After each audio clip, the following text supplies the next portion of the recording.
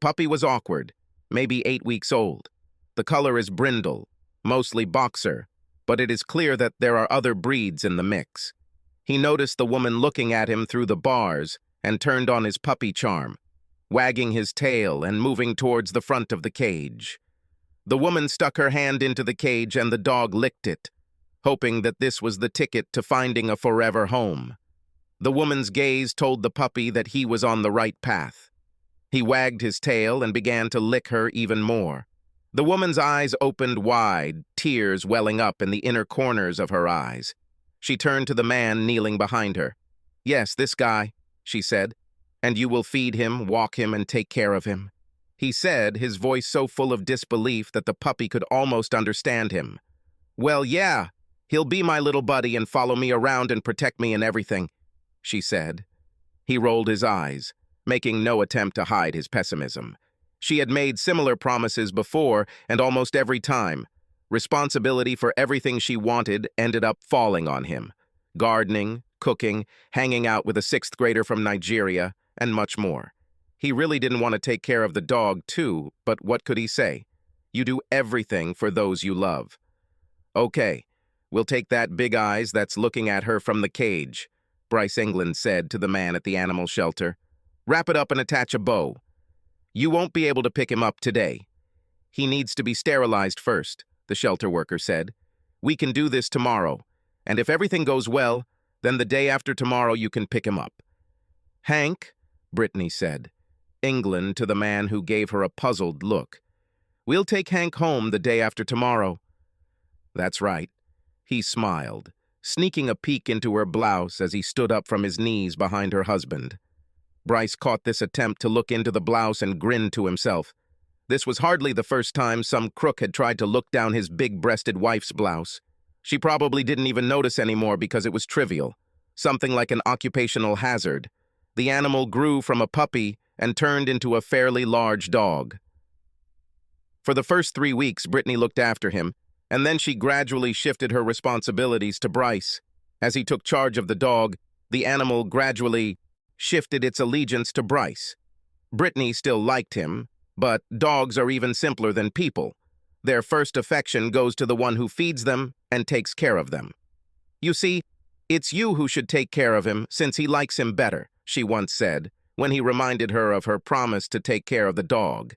"He likes me best because I care about him," Bryce snorted. "Dogs are very simple, but you women—" Brittany knew where this would lead. She fluttered her eyelashes at her husband of 10 years and stuck out her impressive chest in a tight pink top. "You," Bryce was practically salivating. "Men are so simple." I thought she was talking to herself. Brittany. I knew that she was the most difficult person in this relationship.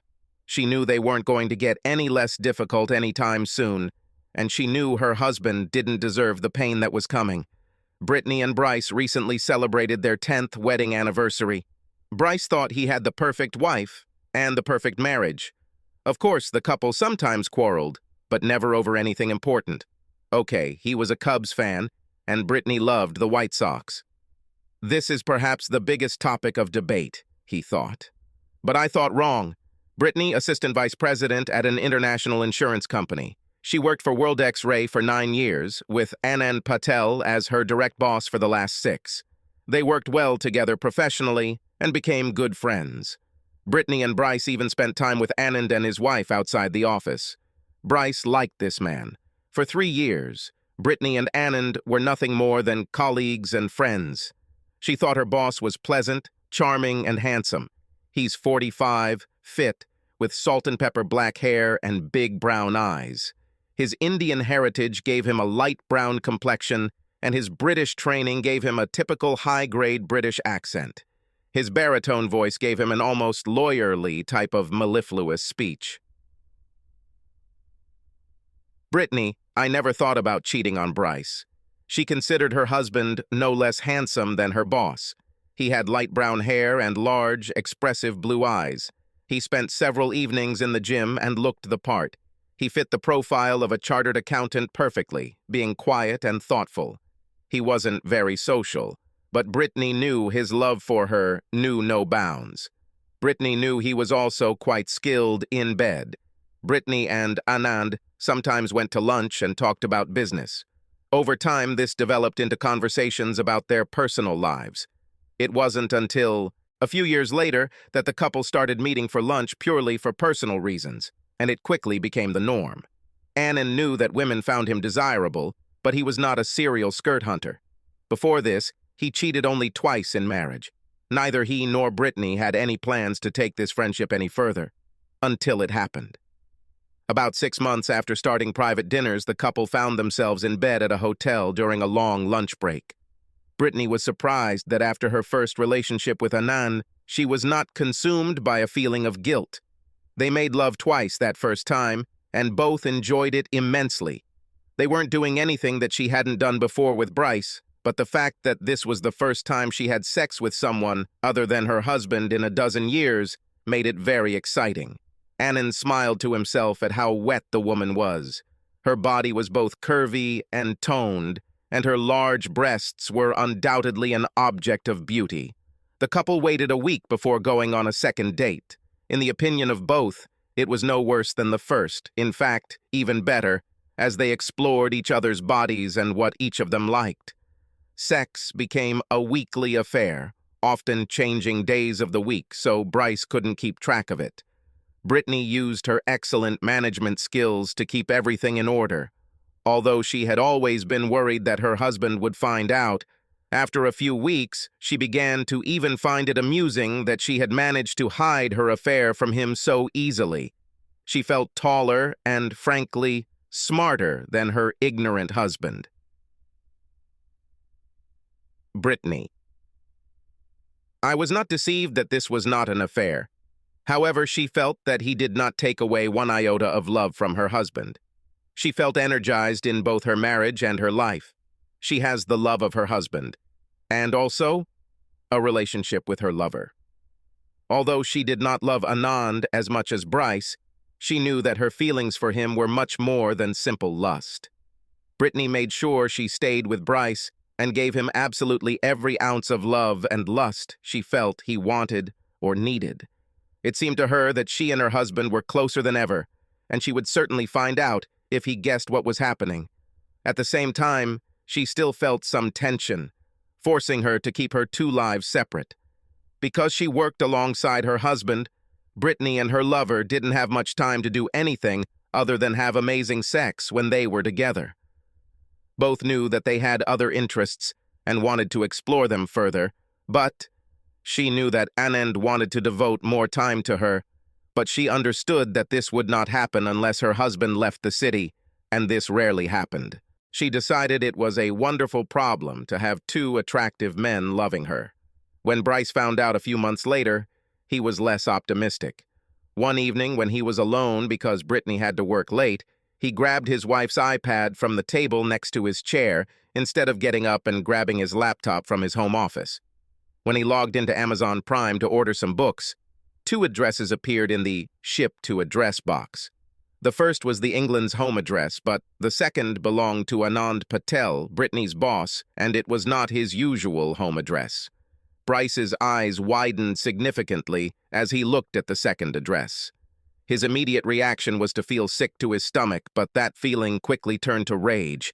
He screamed, and his scream reverberated off all four walls surrounding him.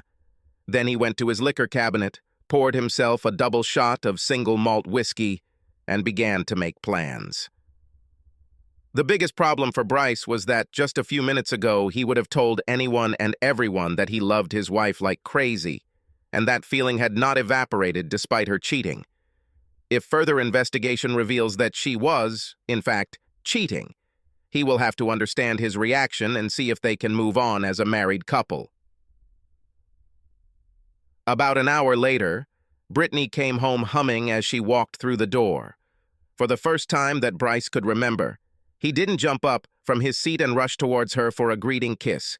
This didn't escape Brittany either. "Hey, honey, is everything okay?" she asked, walking up to Bryce, who was sitting in his chair, reading the sports section of the newspaper. "Not even close," Bryce muttered, turning his head so that Brittany's intended kiss on his lips landed on his cheek. She stepped back and looked carefully at her husband. For the first time, the thought occurred to her whether he had somehow found out about her affair. Bryce caught the look out of the corner of his eye and knew he needed to stay calm until he could formulate a plan. It was not in his nature to act without preparation. Suddenly feeling un-British in herself, Brittany decided that discretion was the better part of valor and did not continue the conversation.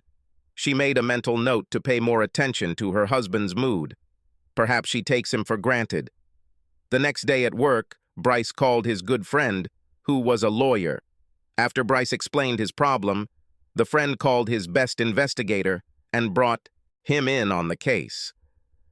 2 weeks later, Bryce had proof of his wife's infidelity, including photos and videos. "So what now, amigo?" his friend asked. For the first time since his parents were killed in a car accident 5 years ago, Bryce cried openly. Brittany tried to be inconspicuous, but over the next few days, after he did not greet her that evening, she carefully watched her husband. She knew there was no guile in Bryce, and she felt she would quickly know if he suspected she was having an affair.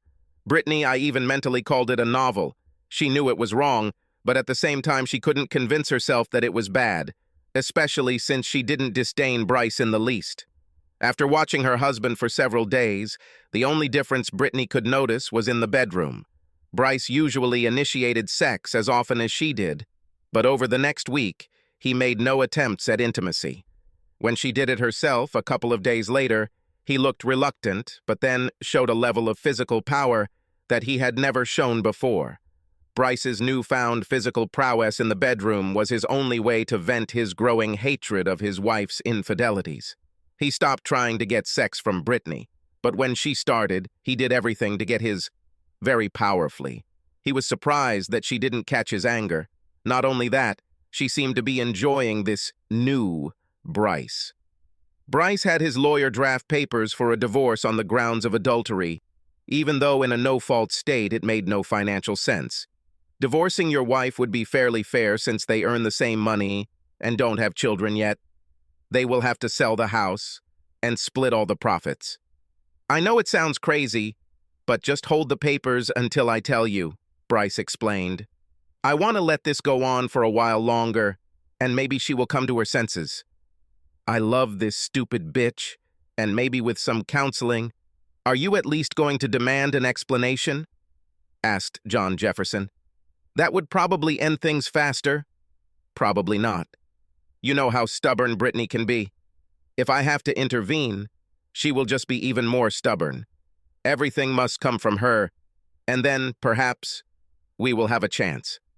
You are the boss. Tell me when. The papers will last as long as Twinkies. A year later, Bryce was completely amazed that his supposedly smart wife was oblivious to the rift between them. Gone were the little touches and glances between them. Intimacy was reduced to once a week, and when they were intimate, it was all about rough sex. Although Brittany may not have known it, Bryce noted that they had not made love since he found out about the affair. He was also amazed that Brittany was able to continue to pretend to be a faithful wife.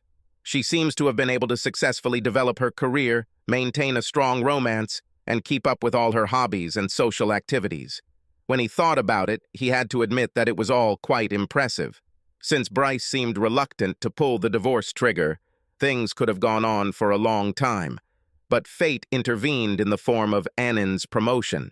He had been promoted to director in the company's London office and was due to leave within a month. Brittany was devastated by this development of events, although professionally she was happy for her lover. Maybe this is the God's way of telling us that it's time to end our relationship, Anand said. We've been doing this for 3 years now, and we've never gotten caught. I'd say we hit it very well, and maybe we got a little lucky. Over the next 2 weeks, both Brittany and Anand shed tears several times. Bryce noted to himself that Brittany seemed distracted at times. He wondered if the problem was the work or her relationship with Anand. Is something going on, baby? He asked. Brittany looked as if she wanted to say something, but resisted it and left the room. Bryce internally guessed that there were problems between the lovers in paradise and smiled. Lisa Patel was delighted both with the promotion her husband received and with the place where he was assigned. She grew up in London and had family there. She took it upon herself to pack her family's belongings for them, her 2 children and herself, to return to London a week before Anand was due to leave. This gave the lovers a week before Anand was due to fly to London from New York. Brittany, this plan seemed reasonable, but Anand was not convinced. She was scheduled to fly to New York on Friday and spend the entire weekend with Anand before he flew to London on Monday morning. The lovers could eat at nice restaurants, go to a Broadway play, and see some sights before saying goodbye for the last time. The only downside to this plan was that Brittany was going to tell her husband that she would be spending her last weekend with Anand. "Why tell him, Brittany?" asked Anand. "Just say it's a business trip. He'll never know." "How many business trips have I had over the years of working here? None. And suddenly I have to go for the weekend? Bryce may be gullible, but this seems far-fetched. If I lie and get caught, Bryce and I are done. But if I tell him the truth and appeal to his love for me, I really think we can get through this. It might hurt him a little, but he loves me unconditionally, and he's the most logical guy I know. It would be more logical to tell him," she explained. "Well, if you think this is right, you know him better than anyone," Anand said. "Brittany, I waited until the evening before leaving for New York to tell my husband everything."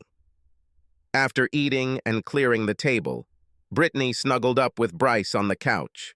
As had been his custom for the past 2+ years, Bryce didn't press against her, but he didn't move away either. He seemed engrossed in watching the series. Brittany waited a few minutes, then cleared her throat. "I need to go away this weekend, Bryce." She sat silently at first, until her husband slowly admitted that he had heard her words. He looked at her silently. She laid out a plan for the weekend, starting with Anand's promotion, but never admitted to the ongoing affair. "So he's leaving for good, and after this weekend we won't see him again. We have feelings for each other, and we just need to finally connect. We've been experiencing these feelings for several years now, and we feel like this is a great way to end it all," Brittany said. "After this, he will be in London, and I will be here, and I will spend the rest of our lives making amends to you. We will not correspond. Let's not talk on the phone. Nothing. This will be completely over." Bryce did not expect such a statement. He could hardly keep his mouth shut, especially when she outright lied that they had never done anything sexual. "I was a good wife to you. You never knew anything about our relationship, and I never hide anything from you," Brittany said. Bryce tried to argue, but nothing came out of his mouth. He lowered his head and forced himself to count to 10. He thought about how much he should tell.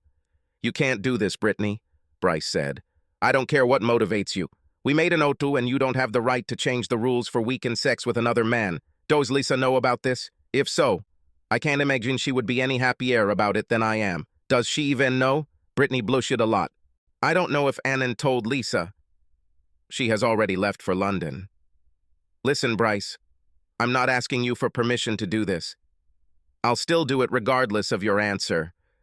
We can talk more about this when I get back," she said.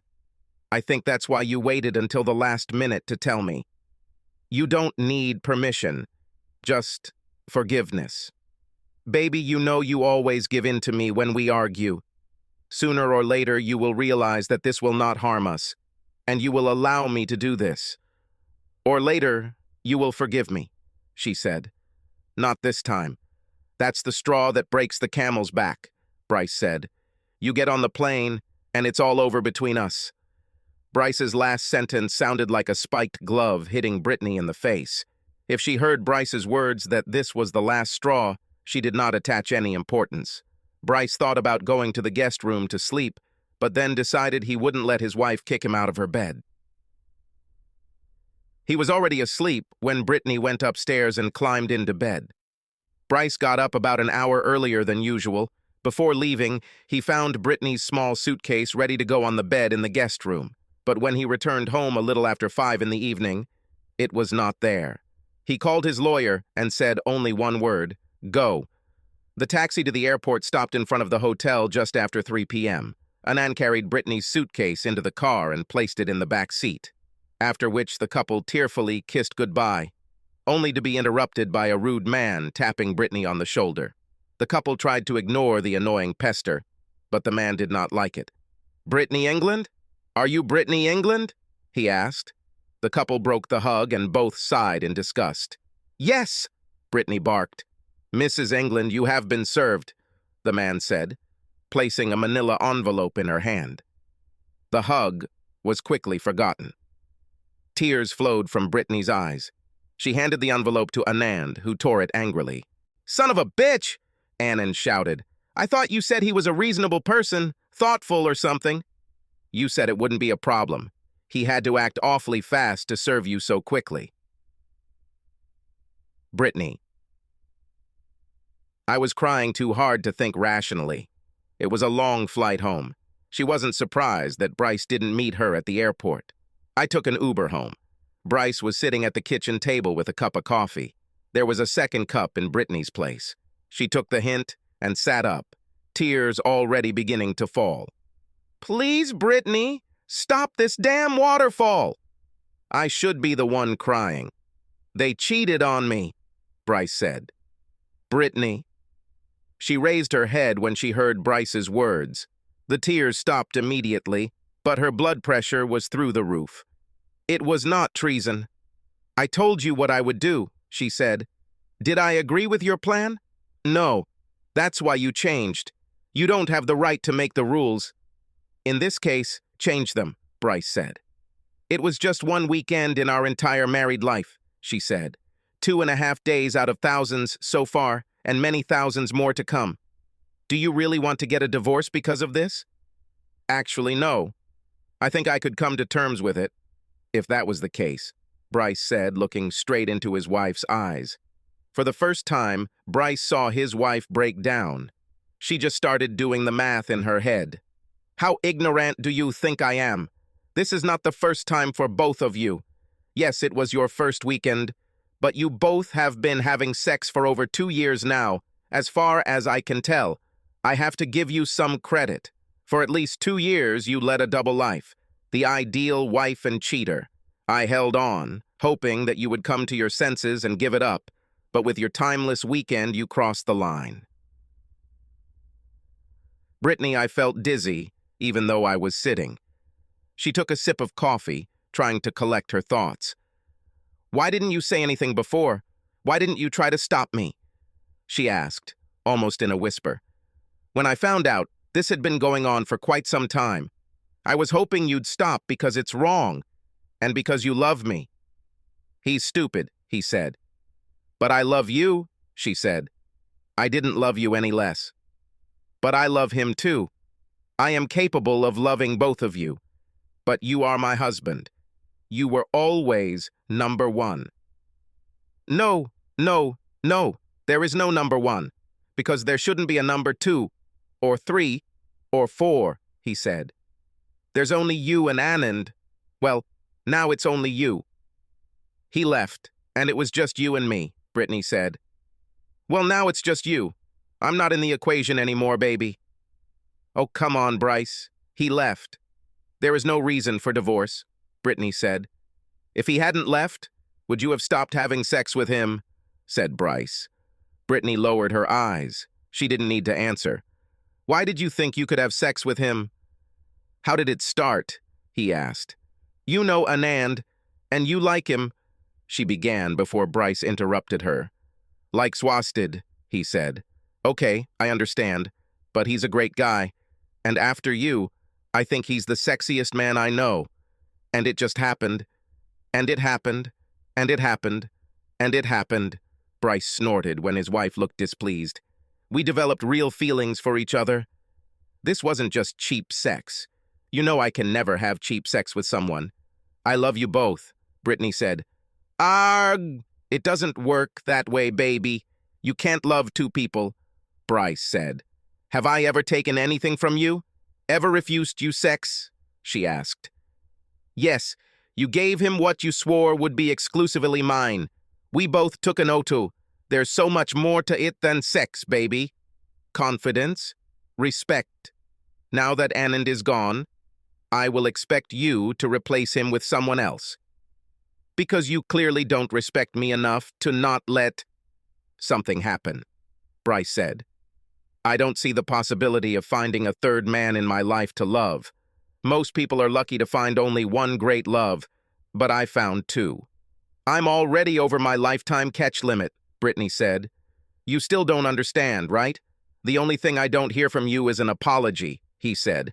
I'm sorry I hurt you. I never wanted this, but I just couldn't tell you because I knew it was wrong, he interrupted. You don't regret the affair, do you? Bryce continued. Honestly, no, Brittany said. I love Anand. I loved our experience together. As I already said, I have two men whom I love and who love me in return. I wouldn't trade it for anything. Bryce shook his head in disbelief. He expected remorse and guilt. To his shock, he received neither. What about Lisa? He asked. She didn't know about this affair, did she? Not Nosla? Oh no, Brittany said. No need. Please don't tell me you told her everything. She didn't know. Oh God, she's going to hate me. Yeah, that's about it, Bryce said. Why did you tell her? Brittany asked. She shouldn't have found out. She must know. We were her friends. Just like his. They don't keep secrets from friends. And why shouldn't she know if this is such pure love, practically a love story for the ages? Brittany. She clenched her fists in despair, staring at her husband. You say it sounds cheap and tasteless? It wasn't like that, she wheezed. Surely Lisa will not agree with you as well as I, he said. They have 2 children, Bryce. You'll blow up their family, she said. Only if Lisa agrees with the way I look at it. If she agrees with your point of view, I think you're both safe. But if she agrees with my point of view, it still won't mean that I was the one who blew up their family. I didn't sleep with her husband, Bryce said. The next day, Brittany received a phone call from Anand while she was at work. Lisa, obviously, had not yet completed the divorce papers. But when Anand showed up at his new home in London, his wife did not even let him enter the door. I can't believe your husband did this to me, he shouted into the phone. I thought we were friends. Yeah, but I think he felt like his friend shouldn't have been sleeping with his wife for the last 3 years, Brittany said. I tried to explain this to him, but he doesn't believe me. He behaves very harshly towards everything. Never before has there been such a thing that I was not conceited in something. I think this is a little more than the color of the walls in the living room, Anand said dejectedly. A week passed before Bryce received a call from Brittany's parents. He always had good relations with his relatives, which became even stronger when his own parents died in a car accident. Have you thought about counseling, son? Asked his father-in-law. You both lived for 10 years. Weren't you planning on having children soon? Yes, but now I think it will never happen, said Bryce. Oh no, son. Don't let something small turn into something fatal, his father-in-law said. Something small? Asked Bryce. He quickly realized that Brittany had not been forthcoming with her parents, and he knew that the rest of the conversation would not be easy. She said you two didn't agree on something, but she didn't say that it was something vital, said his father-in-law. Where we disagreed was her long-term affair with her former boss. Did you know she cheated on me for over 2 years? On the other end of the phone, Ralph Carville gasped. It's a shock when someone tells a father that his little daughter is a cheater. Bryce then heard him asking his wife if she knew about their daughter's affair, and heard her stutter, but heard no answer. Damn it, Faith. He is also a member of the family. How could you do this to him? He heard Ralph shouting at his wife. How long have you known this? Damn woman. The incredibly stubborn Ralph got in touch again. Sorry, Bryce. I didn't know, but apparently my daughter and my wife had secrets from both of us. I know I didn't raise her to become a traitor, an affair for several years, and she thought you'd agree to this? Damn it, I raised an arrogant brat. Again, I'm sorry, Bryce. We're all sorry, Dad. Good night. Bryce couldn't believe it, but Brittany was fighting the divorce. It was all over when Brittany's lawyer suggested marriage counseling, and the judge chuckled. Are you serious, Mr. Liston? It is absolutely clear to me that Mrs. England had a long-term sexual relationship with her then-boss, and I have to assume that Mr. England did not want it. Honestly, only an idiot would agree to counseling after what he's been through. The divorce was finalized 6 months later. The only point of contention in the divorce was the dog, Hank. Bryce assumed the dog would go with him, but Brittany insisted that the dog stay with her because Bryce had given the dog to her. Finally, Bryce relented, but as he pulled out of the house, Hank jumped into the front seat next to the driver in Bryce's car. Brittany called repeatedly before forcibly pulling the large dog out, only to see it jump back in. "Keep the damn dog, you bastard!" Brittany shouted. Bryce noted to himself that this was the first swearing he had ever heard from his ex-wife. Subscribe to our channel so that your second chaff doesn't cheat on you, and go ahead and listen to the next story, because this story is nothing compared to the next one. If you're under 18, don't even think about listening to the next one.